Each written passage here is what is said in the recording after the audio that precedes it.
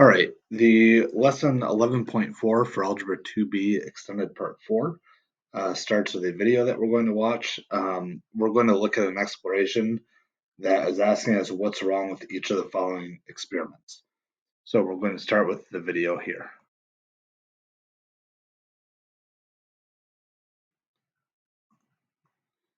All right, so question number 1 asks us to describe what we saw in the video and why do you think the people got stronger? So people thought they would get stronger from drinking whiffed, so they actually got stronger. So again, it was that idea of a placebo effect. Number 2, Mr. Manning is trying a new beard conditioner to help his beard grow as part of No Shave November. At the end of November, his beard is 3 inches long, and he claims the conditioner must work. What is wrong with his logic?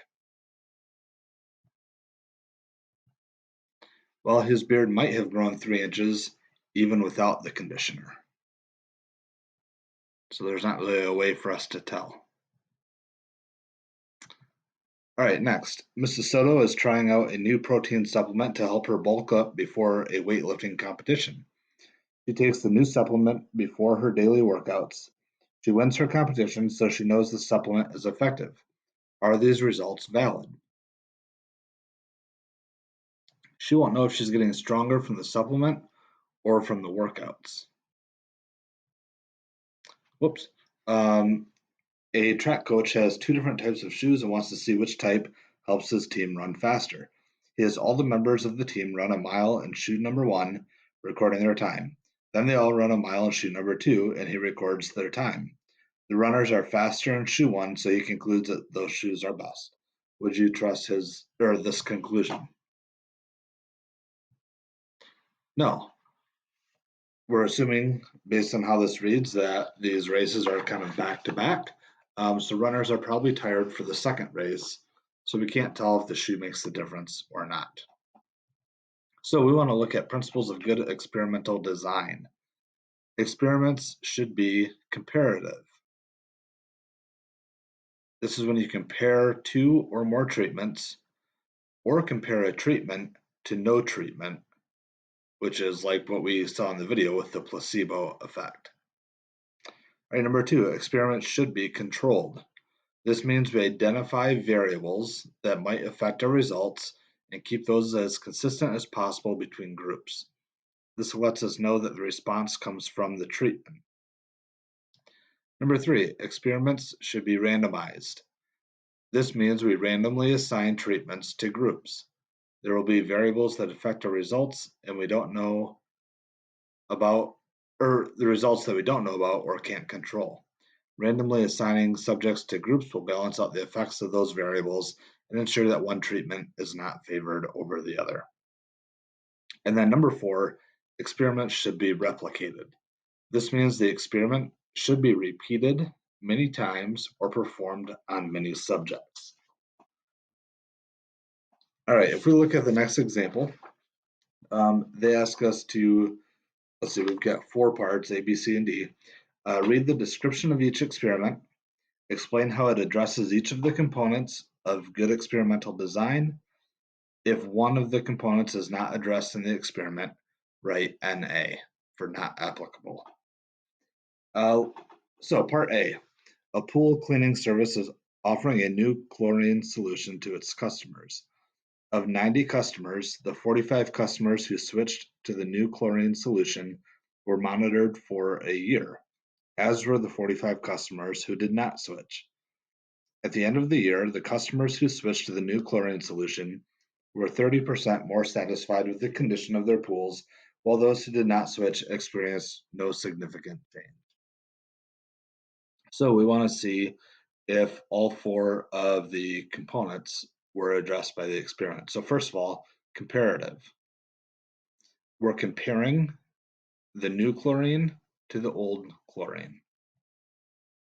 Is it controlled? Not applicable. The amount of chlorine and other chemicals might be different for everyone. Randomized. Again, Na, because customers were the ones that decided if they wanted to use the new or the old. And replicated, um, there was a total of 90 customers in this experiment. So the experiment was basically conducted 90 times. All right, part B. A recycling company is testing the use of recyclable containers rather than recyclable bins in hopes of increasing the amount of recycling. It randomly divides 150 customers into two groups. One group received the new containers and the other group continued using the bins. After 6 months, the customers with the new containers recycled 25% more pounds of recyclables than customers with the bins. So comparative, we're comparing the difference in recycling between people that have containers and bins. This is not controlled. It is randomized. Customers are randomly divided into two groups, like they told us. And it was replicated. We had a total of 150 customers that they ran the experiment on. All right, part C. Does applying wax to skis help downhill skiers go faster? For years, skiers have applied wax to their skis to glide over the snow, but recent improvements in ski technology made waxing unnecessary. To investigate, Hans recruits 20 skiers from his college ski team to participate in an experiment. 10 skiers will ski a downhill course with wax, and 10 skiers will ski the same downhill course without wax. Hans records the time it takes each skier to complete the course. So, is this comparative? Yeah, we're comparing skis having wax versus skis having no wax. Controlled, these skiers are all skiing on the same exact course, so it is controlled. Randomized, this is not applicable. And replicated, we have 20 skiers. So doctors at a health clinic wondered if taking a vitamin C supplement would help patients lower their cholesterol. In January, 50 patients had their cholesterol levels tested. They were given a dietary supplement of 500 milligrams of vitamin C each day and were monitored for a year. After a year, their cholesterol levels were tested again, and patients who took the supplement experienced a 15% decrease in their cholesterol levels on average. So we're comparing before versus after taking vitamin C. So cholesterol levels before and after. Controlled, it is controlled. They were given the same amount of vitamin C. I guess the question is, do they actually take it or not as they're prescribed? This is not random, but it is replicated. We have 50 patients as part of this study. All right, and that should end the notes for 11.4.